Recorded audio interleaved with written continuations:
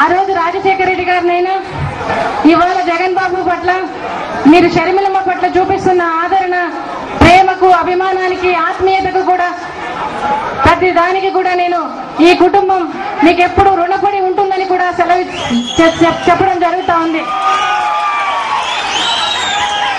అంతేకాకుండా ఈ కుటుంబం మీకు ఏమిచ్చినా ఏం చేసినా కూడా అది తక్కువేనని కూడా మీకు చెప్తా ఉన్నా. నేను మన పార్టీ 2 ఏళ్ల కిందట పుట్టిన పార్టీ మన పార్టీ కాబట్టి పట్టణాల్లో కానీ గ్రామాల్లో కానీ మన పార్టీని పటిష్టపరచుకోవడానికి, మరి మన ఉన్న నాయకత్వాన్ని మెరుగుపరచుకోవడానికి, ప్రత్యర్థులకు మన సత్తా చూపేందుకు ఈ ఎన్నికలు మనకు ఉపయోగపడతాయి, దోహదపడతాయి కూడా.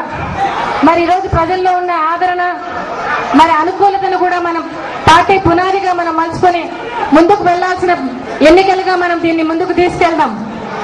మరి మామూలుగా అయితే ఎంపీలను కానీ ఎమ్మెల్యేలను కానీ కార్యకర్తలు ఎన్నుకుంటారు. మరి ఈ ఎన్నికలు, స్థానిక సంస్థల ఎన్నికలు కార్యకర్తలకు ఒక అవకాశం కల్పిస్తుంది.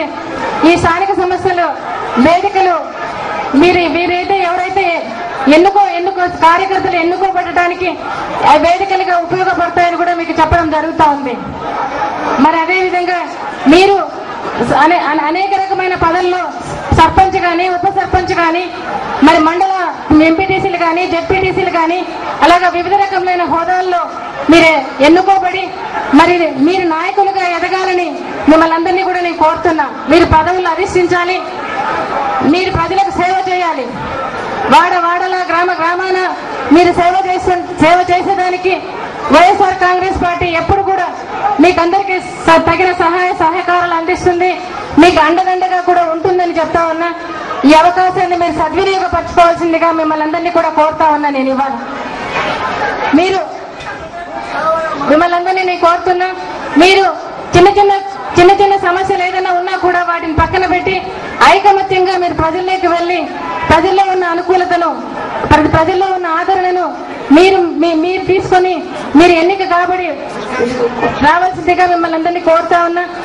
మీరు పార్టీని మీ పునాదిని మీరు పటిష్టపరచుకొని పార్టీ పునాదిని కూడా బలిష్టం చేయాలని కూడా మిమ్మల్ని కోరుతా ఉన్నా.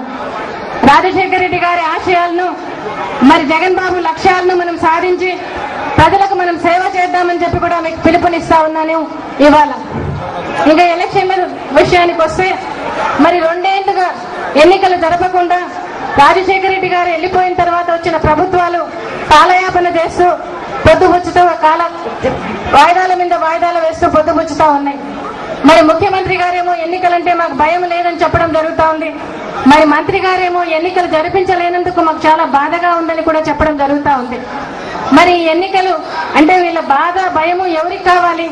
సకాలంలో ఎన్నికలు జరగలేదు కాబట్టి ఈ రోజు గ్రామాల్లో కానీ పట్టణాల్లో కానీ కనీస వసతులు కూడా లేని పరిస్థితి ఇవాళ మనం చూస్తా ఉన్నాం.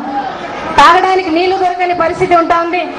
మరి వీధుల్లో లైట్స్ ఎలగని దుస్థితి ఉంటా ఉంది. ఈరోజు పారిశుద్ధ్యం మరి అది సరిగా లేకుండా వల్ల అంటురోగాలు ప్రబలి మరి ఆ పరిస్థితి ఎదుర్కొంటున్నా కూడా మనం ఏం చేయలేని పరిస్థితి ఇవాళ కనిపిస్తా ఉంది. మరి సకాలంలో ఎన్నికలు జరిగి ఉంటే స్థానిక సంస్థల ప్రజాప్రతినిధులు వాళ్ళే మరి ఆఫీసర్స్ ను నిలదీసి ఉండేవారు ప్రజా సమస్యల పట్ల. ఈ రోజు అట్లా కాకుండా జరపనందున ఈరోజు స్పెషల్ ఆఫీసర్లు పెత్తనం వాళ్ళ చేతుల్లో పెట్టుకొని ప్రజల బాగోగులు చూడటం లేదు కానీ ప్రజల మీద పన్నులు మాత్రం వేసి మనల్ని బాధ పెట్టడం జరుగుతూ ఉంది. ఎప్పుడైనా ఆఫీసర్స్ అనే వాళ్ళు ప్రభుత్వానికి అకౌంటబుల్ గా ఉంటారు, మరి ప్రజాప్రతినిధులు అయితే ప్రజలకు అకౌంటబుల్ గా ఉంటారని కూడా నేను చెప్తా ఉన్నా. మరి ఈరోజు 2001 నుంచి 1 జనాభా లెక్కలని కొంతసేపు, 2011 లెక్కల జనాభా లెక్కలని కొంతసేపు ఈ విధంగా ప్రభుత్వం కాలయాపన చేస్తా ఉంది ఇవాళ. మరి రాజశేఖర రెడ్డి గారి తర్వాత ఏ కాంగ్రెస్ ప్రభుత్వాలు కూడా ఎవరు కూడా ఎన్నికల్లో సకాలంలో జరిపించిన దాఖలాలు కనిపించడం లేదు. ఈ ప్రభుత్వాలకు చిత్తశుద్ధి ఉండడం లేదు. ఎన్నికలు కానీ పనులు కానీ చేయాలన్న చిత్తశుద్ధి కనిపించట్లేదు. రాజ్యాంగం చెప్తా ఉంది పంచాయతీలు దానికి సర్వాధికారాలు ఇచ్చి నడిపించాలని, అది ప్రభుత్వమే చొరవ తీసుకోవాలని చెప్పి కూడా రాజ్యాంగం చెప్తా ఉంది ఇవాళ. మరి ఈరోజు అలా జరగడం లేదు. మున్సిపల్ ఎన్నికలు చూసుకుందాం. మున్సిపల్ ఎన్నికలు గడువు లోపల జరగాలని చెప్పి కోర్టు ఆదేశించినా కూడా మరి ఆదేశాలను ఉల్లంఘించి ఈరోజు మరి ఈరోజు రిజర్వేషన్ల డ్రామా తీసుకొచ్చి ఈ రోజు ఎలక్షన్లు జరిపించని పరిస్థితి ఉంటా ఉంది ఇవాళ.